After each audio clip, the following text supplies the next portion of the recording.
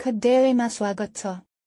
यस भिडियोमा हामी तपाईलाई चरणबद्ध रूपमा नयाँ ग्राहक कसरी थप्ने देखाउनेछौँ। सबैभन्दा पहिले खड्डेरे एप खोल्नुहोस्। होम स्क्रिनबाट कस्टमर्स ट्याबमा जानुहोस्। अब एड न्यू कस्टमर विकल्पमा ट्याप गर्नुहोस्। सबैभन्दा पहिले ग्राहकको नाम प्रविष्ट गर्नुहोस्।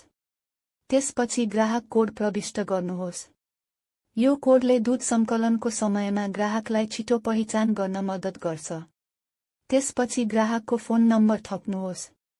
यसले ग्राहकलाई सूचना पठाउन मद्दत गर्छ। त्यसपछि दूधको प्रकार चयन गर्नुहोस्। ग्राहकबाट संकलन हुने दूध अनुसार भैँसी, गाई वा दुवै चयन गर्न सक्नुहुन्छ। त्यसपछि ग्राहकको प्रकार चयन गर्नुहोस्। यदि ग्राहकले दूध आपूर्ति गर्छ भने सेलर चयन गर्नुहोस् वा यदि ग्राहकले दूध खरिद गर्छ भने बयर चयन गर्नुहोस्।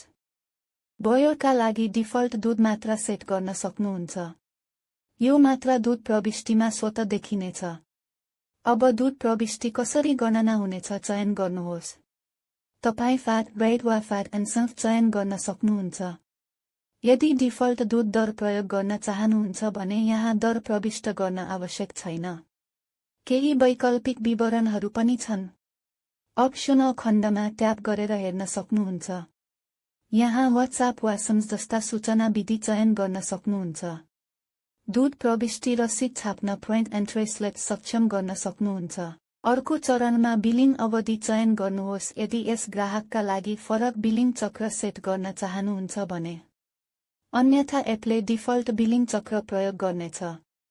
सबै विवरण जाँच गरेपछि एड कस्टमर बटनमा ट्याप गर्नुहोस्। तपाईको ग्राहक सफलतापूर्वक थपिनेछ। यसरी तपाईँ खड्डेरे एपमा सजिलै ग्राहक थप्न र व्यवस्थापन गर्न सक्नुहुन्छ। हाम्रो एप प्रयोग गर्नुभएकोमा धन्यवाद।